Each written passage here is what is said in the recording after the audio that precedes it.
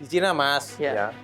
Misalkan kampung A membuat jas kayak sampean. Ya. Itu yang membuat sakunya keluarga A, B, C, yang membuat kancingnya keluarga C, D, F, yang membuat kerahnya keluarga H, I, D, yang membuat lubang kancingnya keluarga apa. Jadiin satu, semuanya kerja. Indonesia mau ngelawan. Lawang bantuan mesin jahit aja penyalurannya nggak jelas. Kalau pemerintah tidak segera memperketat barang yang datang ke Indonesia, kemudian tidak menjadi pendamping yang hebat, semua home industri dan industri yang ada di Indonesia ini mengerikan, Mas. Mengerikan.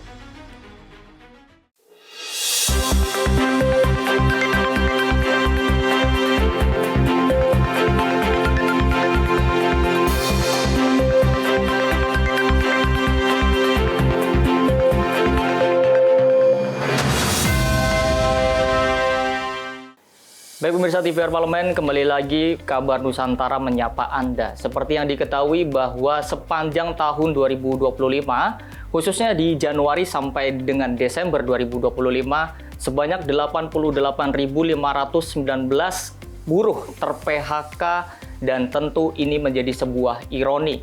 Di tengah Presiden Prabowo Subianto yang sedang menggalakkan dalam asta-citanya di sektor industri. Dan jika terus ini dibiarkan, maka banyak sekali karyawan atau buruh yang akan menganggur di tahun ini. Lalu seperti apa untuk mencegah hal ini dan membangkitkan gairah industri di tahun 2026? Kami akan membahasnya bersama anggota Komisi 7 DPR RI dari fraksi Nasdem untuk daerah pemilihan Jawa Tengah 10, Bapak Yoyo Ryo Sudibyo. Ya. Pak Yoyo, terima kasih sudah hadir dalam Kabar Nusantara. Jauh-jauh dari Dapil ya Pak, langsung ke Kabar Nusantara. Ya, Dan satu kali perjalanan, Mas. Satu kali perjalanan. Dan Pak Yoyo, ini ada yang menarik Pak. Di tahun 2025 terjadi peningkatan PHK dibandingkan tahun 2024. Kira-kira apa yang salah dari sektor industri kita di tahun lalu Pak? Sambil napas dulu nih, Mas. Boleh? Ya, pasti ada something itu ya. Apa yang diharapkan oleh pemerintah di bawah kepemimpinan Pak Prabowo ini kan penyerapan tenaga kerja kan luar biasa ya. Apalagi ada janji dari Wapres kita Ya. bahwa 19 juta lapangan pekerjaan baru loh, baru bukan lama, itu akan tersediakan. Faktanya adalah ada penurunan yang sangat luar biasa, terutama di sektor industri yang menyerap tenaga kerja di padat karya ya. Sampai dengan penambahan 10.000 lah dari 2024 sampai dengan 2025. Ini ada apa sebetulnya? Jadi kalau saya lihat memang ini kacamata saya sebagai seorang pedagang ya Mas. Iya. Sebagai seorang pedagang, menurut saya memang ini selain dari internal dalam negeri, pasti akan ada dari luar negeri juga. Oke. Ya. Kalau kita ngomong masalah industri yang padat karya, misalkan yang berhubungan dengan tekstil, tekstilan, kemudian sepatu, kemudian lain-lain lah yang ada hubungannya dengan fashion, itu pasti akan ada penyerapan tenaga kerja yang sangat luar biasa. Ya di sini memang ada beberapa faktor yang menurut saya harus dicermati oleh pemerintah itu sendiri. Di luar daripada perkembangan ekonomi yang ada di dunia global yang karena memang karena ada faktor keamanan, faktor peperangan dan lain sebagainya yang sangat mempengaruhi. Tapi yang perlu menurut saya digarisbawahi adalah market Indonesia. Ini kan termasuk golongan terbesar di Indonesia. Ya. Kenapa ini tidak kita maksimalkan di market kita? Di mana ada market biasanya itu ada pedagang yang akan datang, Mas. Di mana ada market di situ pasti akan dilihat penjualannya. Oke. Dan ini tentunya terpengaruh juga oleh apa yang dilakukan oleh negara China misalkan ya. Bagaimana sih barang-barang dari China ini sekarang Bisa membanjiri. bukan membanjiri, menguasai. Oke. Menguasai. 30 menit yang lalu saya baru dari Tanah Abang, Mas. Ya. Beberapa puluh tahun yang lalu siapa yang nggak kenal dengan Bandung sebagai kota distro, sebagai kota FO, dan itu home industri. Sekarang kemana mereka? Hilang. Dan saya terima kasih kepada Pak Kementerian Perindustrian dan dari pemerintah yang kemarin misalkan yang melarang thrift itu. Thrift itu dari mana sih? Dari China. China digunakan nggak? Tidak. Tapi bisa menguasai pasar Indonesia itu kan menurut saya kesalahan ada di pemerintah. Kesalahan ada di pemerintah dalam hal ini. Oke, jadi Bapak melihat bahwa di sini pemerintahnya kurang tegas atau seperti apa? Atau memang political will-nya kurang kuat nih Pak untuk melindungi dari industri-industri dalam negeri? Gini Mas, kalau kita bicara sebagai kacamata dari seorang pedagang ya, di mana ada market besar, pasti akan menjadi rayahan. Rayahan ini bahasa Indonesia apa toh? Apa ya Pak? Keroyokan? Bukan? Ya keroyokan. Iya. Oleh pemarket yang akan memasarkan barangnya. Masuk akal nggak? Oke. Nah di sini sebetulnya kalau pemerintah jeli bahwa Indonesia ini adalah sebuah market yang besar, kenapa ini tidak dikendalikan sendiri? Kenapa ini tidak dimanfaatkan sendiri? Justru faktanya sekarang adalah barang-barang dari luar negeri, terutama dari China, yang membanjiri seluruh sektor perdagangan yang ada di Indonesia. Yang salah siapa? Oke. Tapi itu gerbangnya di mana? Barang masuk ke Indonesia, itu gerbangnya kan hanya dua, laut dan udara. Oke. Nggak ada yang datang duluan, bruk itu kan nggak ada. Nah di situ pemerintah harus jeli. Kalau mau mengamankan, kalau mau menumbuh kembangkan industri padat karya yang ada di dalam negeri. Jadi Pak Yo menilai bahwa dari banyaknya yang ambruk Pak atau melemah di tahun 2025 kan salah satunya tadi Pak Yo sudah sebutkan tekstil, kemudian juga alas kaki dan juga pakaian jadi. Jadi ini tuh ambruk gara-gara ada serbuan impor tekstil maksud Bapak dari luar seperti itu, dari Cina. Saya ini pelaku, Mas. Saya itu pelaku, pedagang saya. Jadi saya paham, saya tahu. Sekian tahun yang lalu saya kebanyakan menjual produk-produk dalam negeri. Apakah itu craft, apakah itu fashion dan lain sebagainya. Sekarang kalah sama barang-barang dari China. Kenapa kalah? Ya satu, harganya kita nggak bisa bersaing. Yang kedua, ya memang upgrade kualitasnya mengerikan barang dari sana. Bagaimana menggunakan algoritma yang ada di handphone bisa mempengaruhi kemudian tahu-tahu barang gelontor di kita. Sementara industri di kita pelan-pelan mau dari mana bisa? Jadi memang banyak faktor lah. Saya 2,5 tahun hidup di China. Saya di 2,5 tahun di Yiwu setelah saya selesai jadi bupati. Saya tahu betul bagaimana pemerintah China itu hadir untuk menumbuh kembangkan dari mulai hulu sampai ke hilir industri-industri rumahan yang ada di sana. Sampai dengan marketnya disiapkan, sampai dengan cara menjualnya disiapkan, sampai dengan pajak dan segala macamnya lah. Dan pemerintah kita belum melakukan itu? Ya. Atau masih jauh, Pak? Jauh. Kalau menurut saya jauh. Masih jauh? Jauh. Kenapa Bapak menilai seperti itu? Ya, saya pelaku kok. Bapak mengalami langsung? Ya kalau mengalami langsung sih tidak. Karena saya tidak punya produsen ya. Saya tidak produksi, saya masih beli di sana kemari. Tapi teman-teman saya yang sekarang gulung tikar, teman-teman saya yang pada ambruk, teman-teman saya yang pada kalah. Itu karena satu, itu kalah daya saing. Nah ini kan harus pemerintah yang harus hadir. Itu Mas. Apa kita berbicara ini Pak ya, sebagai gambaran di tahun 2026, apa yang akan terjadi jika pemerintah tidak segera mengatasi hal ini? Wassalam. Kalau pemerintah tidak segera memperketat barang yang datang ke Indonesia, kemudian tidak menjadi pendamping yang hebat, semua home industri dan industri yang ada di Indonesia ini mengerikan, Mas. Mengerikan. Jadi Pak Yoyo setuju kalau misalkan kemarin ada pelarangan terkait dengan thrifting itu, Pak?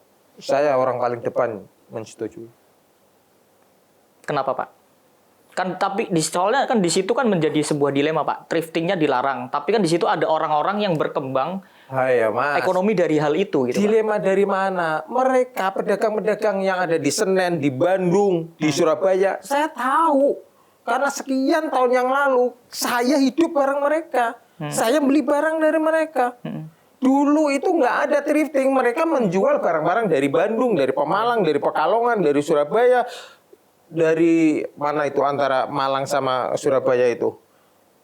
Dijual di situ. Lah sekarang. Karena memang kalah. Satu bal karung itu bisa paling 350.000, 650.000 belinya loh, akulaannya. Begitu dipotong itu isinya itu beratus-ratus pakaian bekas. kemudian dipilih, disortir dan lain sebagainya. Tempat kita jahit baru jadi 1, 2, 3. Aduh, udahlah, perketat itu barang masuk. Tumbuhkan industri yang ada di dalam negeri. Marketnya sudah ada kok, udah jelas kok. Besar sekali Pak. Kalau Indonesia itu kalau kita berbicara market, siapa sih yang nggak butuh pakaian, siapa yang nggak butuh tekstil apa dan sebagainya. Dong, Mas, Indonesia itu penduduknya berapa? Ya. Jadi wajar kalau China, Thailand, Vietnam pingin nguasai itu wajar. Wajar banget. Ini tergantung kitanya. Oke, Pak, ini kan sudah terjadi, Pak. Sudah banyak karyawan yang ter-PHK, khususnya sebagian besar di industri tekstil. Apakah di sini pemerintah kita lihat juga telat mengantisipasi bahwa akan ada produk-produk Cina, khususnya di tekstil itu, Pak Yoyo tadi bilang menguasai, kalau tadi saya bilang membanjiri. Harus lebih piawai lah. Harus lebih pandai membaca situasi. Oke.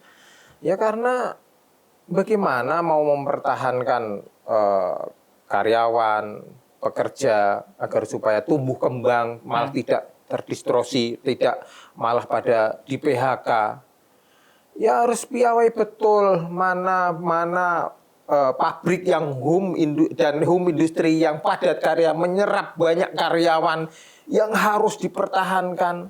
Itu harus benar-benar piawai. Jangan, misalkan saya kasus Ritek itu sampai geleng-geleng kepala saya.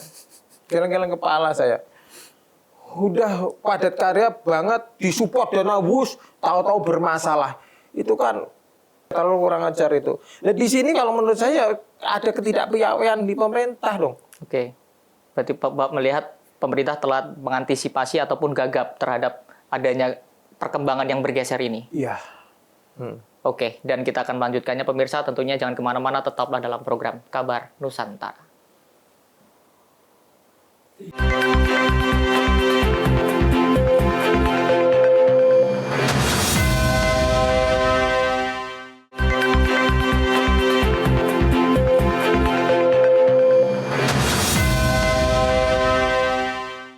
Pemirsa, kembali lagi dalam program Kabar Nusantara dan masih bersama Bapak Yoyo Ryo Sudibyo. Ya, Mas.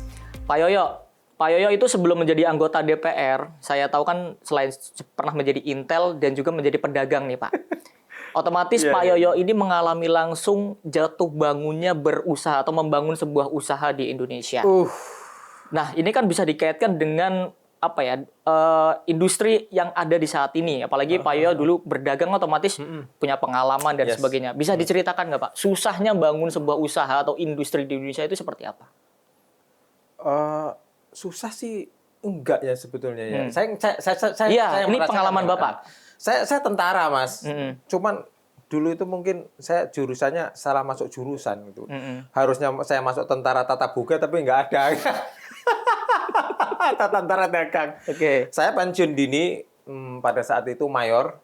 Saya punya 63 gerai ya, Mas. 63 gerai dan itu bisa dibilang saya mengawali dagang itu karena saya tugas sebagai Intel, nyamar jadi pedagang. Betul-betul saya nikmati pedagang, ternyata enak sekali. Malah enak berdagang. Enaknya remnya blong, Mas. Remnya blong, akhirnya saya pensiun dini.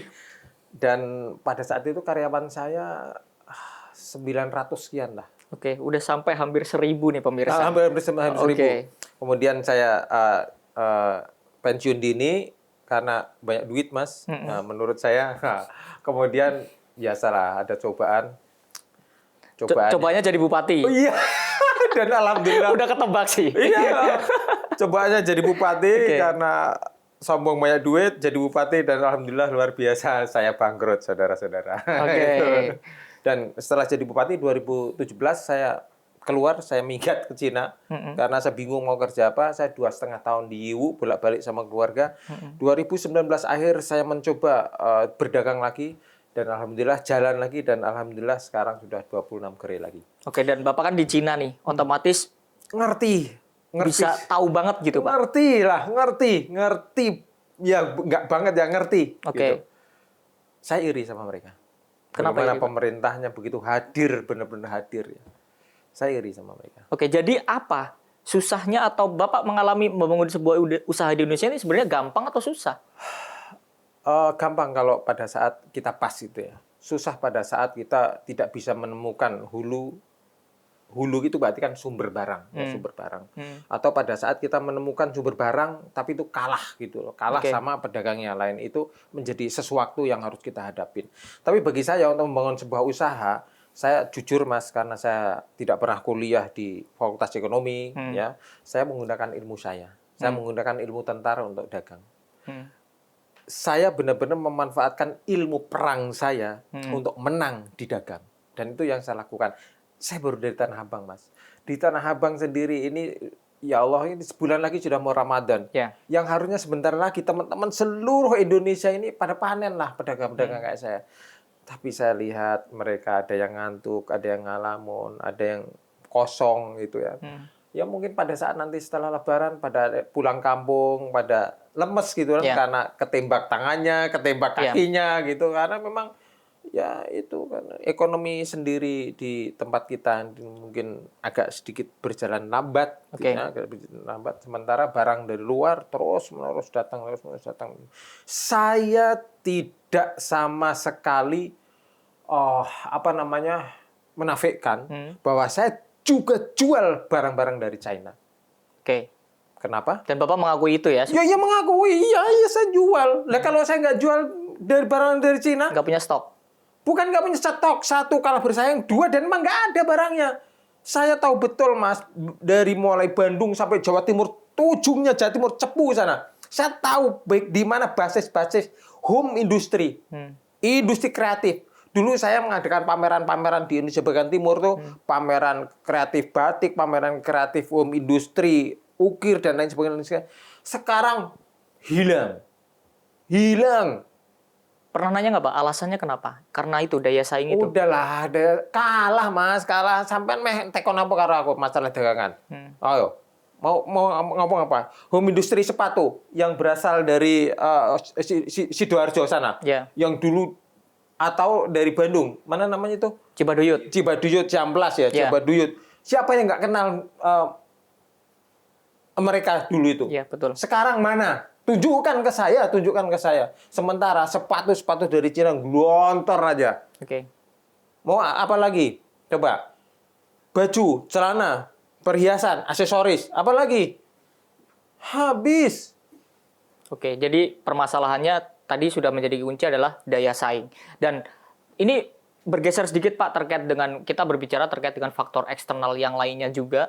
Katanya untuk membangun sebuah industri atau membangun sebuah usaha di Indonesia itu terkesan mahal. Contohnya misalkan kayak mungkin ada pungutan atau seperti apa untuk akhirnya orang jadi malas untuk membangun sebuah industri, Pak. Ini saya ngomong market di Cina ya, di EU. Bagaimana pemerintah menyiapkan tempatnya, menyiapkan promosinya, menyiapkan segala sesuatunya lah dari hulu ke hilir, termasuk sekolahnya, termasuk mendatangkan kami yang dulu didatangkan oleh pemerintah China untuk bisa ke sana lihat bagaimana sih mereka menjual. Sementara kita Mas, mau bikin pabrik atau industri saja, setengah mati untuk mencari tanahnya, setengah mati untuk mengurus surat menyuratnya, izin dan lain sebagainya. Saya bersyukur sekarang sudah ada KEK. Saya bersyukur sekali. Tapi sejauh mana KEK ini nantinya bisa tumbuh dan berkembang, itu saya bolehlah saya sampaikan, saya pesimis kalau pemerintah tidak all out. Pesimis. Kenapa Pak? Sudah terlalu ruwet Mas. Ruwetnya kenapa Pak? Ya banyak hal lah. Banyak hal atau banyak kepentingan? Apa bedanya? Hal sama kepentingan. Sama wae, podo wae. Sama aja lah. Jadi emang Indonesia ini butuh pemimpin yang kuat dan ketulusan yang luar biasa dan paham tentang visi dagang. Dan jangan ikut main. Jangan ikut main? Ya. Kalau misalkan dibilang jangan ikut main, kalau tadi Bapak bercerita terkait dengan Cina itu kan sudah menyiapkan dari hulu hingga ke hilir. Bahkan kalau ada orang yang, saya mengambil cerita dari Bapak aja tadi ya, ada orang yang mau berusaha, itu sangat-sangat disupport oleh pemerintahnya. Seperti itu. Bukan ada orang, semua orang di China. Semua orang di China jika ingin berusaha akan dilindungi atau akan disupport. Support itu salah satunya adalah perlindungan, Pak. Perlindungan. Berarti apakah perlindungan terhadap industri-industri lokal di Indonesia ini saat ini pemerintah masih lemah? Maaf ya Mas, perlindungan di sini bukan masalah perlindungan dari keamanan saja loh ya. Oke. Termasuk perlindungan dari oknum yang nakal, perlindungan juga dari daya saing. Ngerti nggak maksudnya? Dalam hal ini misalkan ya, ada sebuah pabrik nih, anggap pabrik tas aja lah. Ya. Pabrik tas, industri, karyawannya misalkan 500 orang saja. Sementara tas yang dari Cina dengan bahan yang lebih bagus, jahitan yang lebih bagus, model yang lebih bagus, glontor begitu aja sampai ke pasar Senen. Sementara yang di sini ini nggak didampingi dengan ilmunya bagaimana sih ilmu fashionnya, misalkan perkembangan modelnya tidak didampingi dengan kualitas barangnya, tidak didampingi dengan gini loh biar bagus. Itu kan pemerintah Mas. Kalau nggak tugas pemerintah, tugas siapa? Yang ngajari tugas siapa? Nggak ada. Nggak ada. Jadi, sorry ya, aku rada kenceng nih Mas kalau udah kayak gini. Karena Bapak pelaku pedagang, kita memahami Pak. Iya. Dulu sekian tahun yang lalu, saya kalau mau beli tas lokal di Senen itu Mas, rebutan saya jam 5 pagi, saya nunggu di parkir. Masih karuan kita rebutan. Sekarang, tak antar saya. Berapa persen barang dari Cina yang digelar di pasar Senen? Tas. Nah, saya bisa ngomong gini kan saya pelaku. Doain ya Mas, sebentar lagi saya ikut panen lebaran ya Allah. Amin. Pak Yoyo, tapi saya masih menjadi kepo nih Pak. Cina itu kenapa barangnya itu bisa murah? Sedangkan Indonesia tidak. Apakah gara-gara bahan bakunya yang kita mayoritas masih impor atau seperti apa Pak? Apa kendalanya di situ kok kita bisa kalah saing? Kita berbicara kalah saing dari segi harga dulu deh. Sampai dicontohkan aja apa yang kita nggak bisa menang lawan Cina. Baju misalkan. Neng Cino, kena Cino. Di Cina. Di Cina Mas. Ya. Ya. Misalkan kampung A membuat jas kayak sampean. Ya. Itu yang membuat sakunya keluarga A, B, C. Yang membuat kancingnya keluarga C, D, F. Yang membuat kerahnya keluarga H, I, D. Yang membuat lubang kancingnya keluarga apa. Jadiin satu semuanya kerja. Indonesia mau ngelawan. Lawang bantuan mesin jahit aja penyalurannya nggak jelas. Mau ngomong apa? Oke. Jadi pemerintah belum ada political will sebenarnya Pak untuk itu. Banyak yang bolong di situ. Apa aja Pak? Ya ini contoh ya, misalkan contoh. Kita ini kan karena marketnya besar, contoh kita ngomong batik lah ya, batik aja ya, karena saya lahir dan besar di Pekalongan. Batang, sampingnya Pekalongan. Pekalongan itu kan nenek moyang batik toh. Iya. Sekarang batik ya, harusnya modernisasi batik itu kan harus. Iya. Tanggung jawab siapa? Pemerintah Pak. Ya harus tanggung jawab pemerintah. Faktanya apa? Printing dari Cina, glontor, habis lah. Oke. Makanya saya kangen sama pemimpin Indonesia yang benar-benar ada visi dan ngerti dagang. Ini bukan dagang konvensional, bukan dagang hasil bumi, bukan dagang hasil tambang, Mas. Tapi ya dagang rakyat kita lah banyakan. Gitu, Mas. Oke. Dan pemirsa, tentu ini masih seru karena melihat begitu berapi-apinya seorang anggota DPR, Bapak Yoyo Ryo Sudibyo, yang juga mengalami atau menjadi pelaku pedagang langsung, dan sebelum menjadi anggota DPR tentu banyak keluh kesah di saat di sini dan di sini nanti akan diaspirasikan langsung. Dan tentunya jangan kemana-mana, tetaplah bersama Kabar Nusantara. Oke Mas, ya Mas.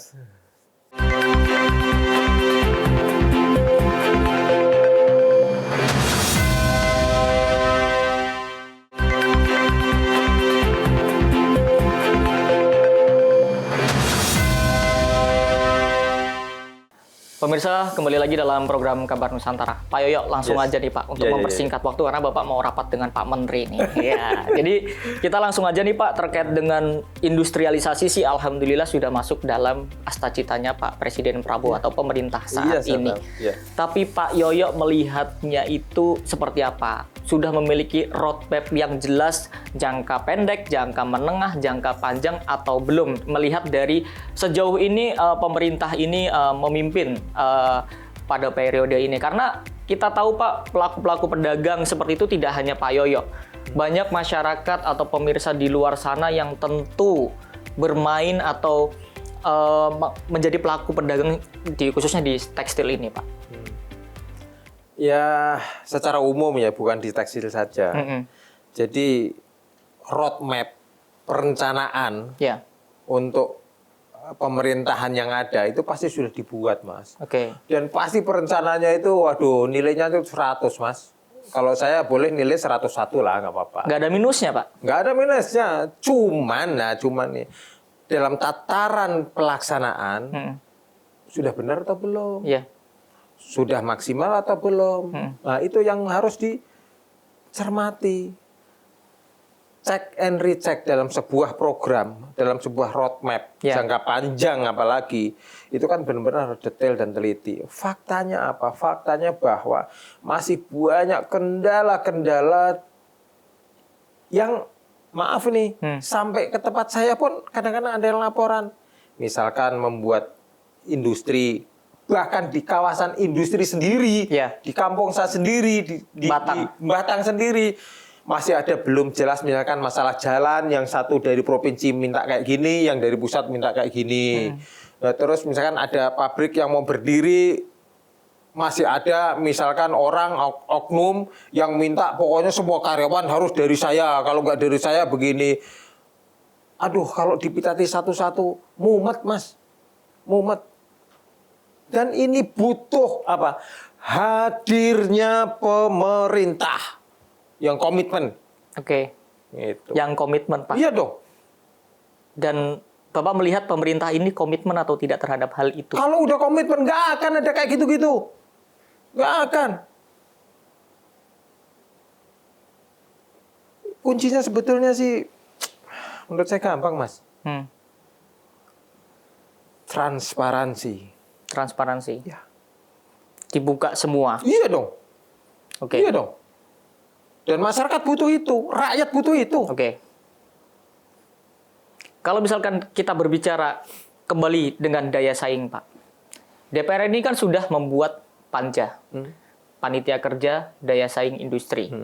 Dan Bapak menjadi salah satu anggota panjanya. Iya.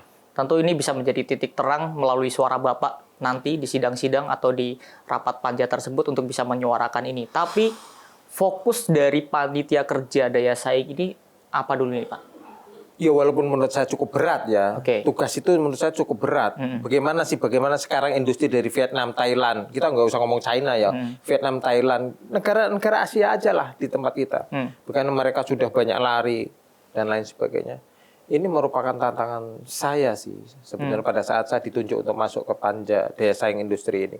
Banyak sudah ngumpul di kepala. Pingin saya muntahkan itu aja, Mas. Walaupun kadang-kadang ternyata kayak gini, ternyata kayak gitu. Kayak gininya tuh gimana, Pak? Maksudnya ada yang ngerem atau seperti apa? Kalau bagi saya mau ngerem saya, tak tabrak, Mas. Yang penting apa yang menurut saya itu benar dan tidak menyalahi aturan hukum, saya akan gue aja, jalan aja. Saya akan sampaikan, saya akan teriak. Karena itu tugas saya untuk ngomong. Betul. Dan ada rencana terkait dengan rancangan undang-undang kawasan industri. Apakah yang tentunya dari Komisi 7 ini, Pak, dan menjadi panja dari daya saing industri tersebut, apakah ini cukup bisa menjawab untuk bisa membangkitkan gairah industri ke depannya? Nah itu, kita kembalikan lagi pada perencanaan yang tadi. Kalau perencanaan kawasan industri, apalagi yang ada E-nya, kawasan ekonomi khusus, wah itu ngeri, Mas. Ngeri. Bayangan saya itu, ini akan menjadi kawasan raksasa industri gitu loh.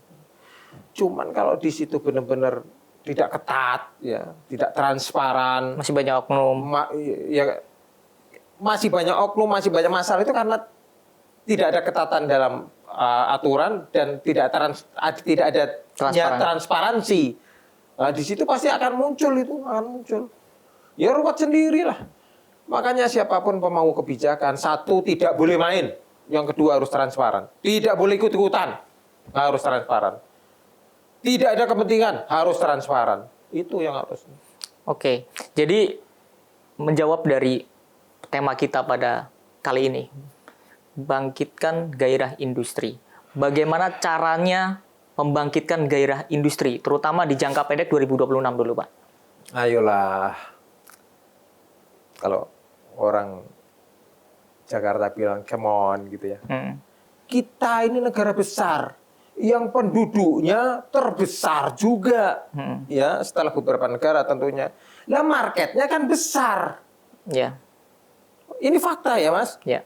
Kenapa nggak kita manfaatkan sendiri? Kenapa malah dimanfaatkan oleh dari orang sana, dari luar sana? Kan simpel, Mas. Kalau itu mau dimanfaatkan dengan baik, pemerintah ketat di situ, skala ketat di situ, kan pasti akan tumbuh sektor-sektor industri. Logikanya kan kayak gitu. Yeah. Coba itu disekat dari Cina misalkan, ada pembatasan untuk impor seluruh fashion, seluruh barang jadi yang dari Cina. Dengan sendirinya pengusaha yang ada di Indonesia mau tumbuh nggak? Iya. Aku ora bisa mikir yang dhuwur-dhuwur, Mas, yang simpel-simpelnya lah. Nah, aku tak tutup, Mas. Tutup ya, Pak? Iya. Keran impor khususnya tekstil atau apapun. Udah lah, nanti tutup, kan kita kan butuh, mesti akan buat sendiri, kok repot amat.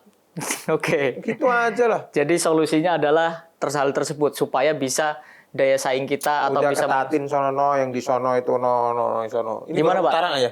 Utara bener. Oh, utara sono ya. Ya. Yang di sono itu. Yang di sono mana? Di sono itu Oke. sama sono. Udahlah, kita akan tumbuh dengan sendirinya. Oke, tapi di saat itu memang sudah ditutup. Kita berbicara Kalau saya tersebut. itu lah dibatasi, kita akan ketat gitu Oke. aja lah. Tadi Pak Yoyo bilangnya ditutup. Lebih bagus kalau saya. Kalian aku, Mas. Oke. Nah, kalau misalkan Pak Yoyo kita bilang dibatasi atau ditutup. Pak Yoyo melihat apakah SDM kita ini sebenarnya sudah siap untuk bisa membanjiri stok kita sendiri. Orang itu kan kepingin mulio, Thomas. Orang itu kan kepingin enak dan kepingin seneng. Orang itu pasti punya pemikiran kepingin dapat. Oke. Pada saat di situ ada sesuatu yang menarik, kan dengan sendirinya kepingin, Mas. Kepingin. Aduh. Jadi nggak apa-apa lah, pokoknya kita jalan aja. Oke. Kita yakin bahwa kita adalah negara dan bangsa besar. Oke. Udah gitu aja. Dan kita akan meminta komitmen dari salah satu anggota DPR, Pak Yoyo Ryo Sudibyo, untuk apa yang akan dilakukan ke depan. Setidaknya kalau Komisi 7 itu kan salah satu mitranya dengan Kementerian Perindustrian. Pak Yoyo akan melakukan apa nih ke Kementerian Perindustrian? Dengan niatan bismillah, ya. Saya ingin apapun yang ada di pemikiran dan hati saya untuk kebaikan masyarakat seluruh Indonesia akan saya suarakan semaksimal mungkin. Oke. Akan disuarakan, Pak ya, karena memang itu sebagai tugas sebagai anggota DPR. Ya.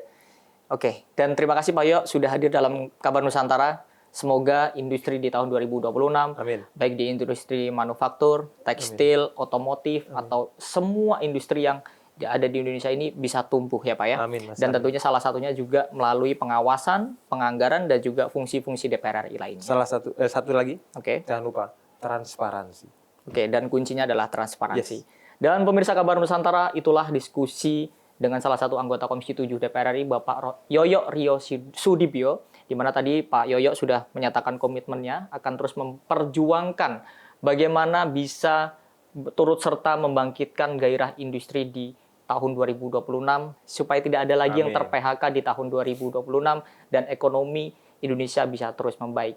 Pemirsa, Anda juga dapat komen-komen jika Anda menyaksikan ini melalui YouTube. Aspirasi Anda pelaku pedagang atau apapun bisa komen-komen di tayangan ini. Apa aspirasinya untuk Pak Yoyo nanti supaya bisa diatensi oleh Pak Yoyo-nya langsung. Amin, amin. Dan sekian pemirsa Kabar Nusantara pada episode kali ini. Terima kasih atas perhatian Anda. Anda dapat menyaksikan program serta agenda DPR RI lainnya hanya di TVR Parlemen. Anda dapat mengaksesnya di website kami di tvrparlemen.dpr.go.id atau di kanal YouTube kami di TVR Parlemen. Sekian dan salam Nusantara. Terima kasih, Mas. Tetap semangat. Bismillah.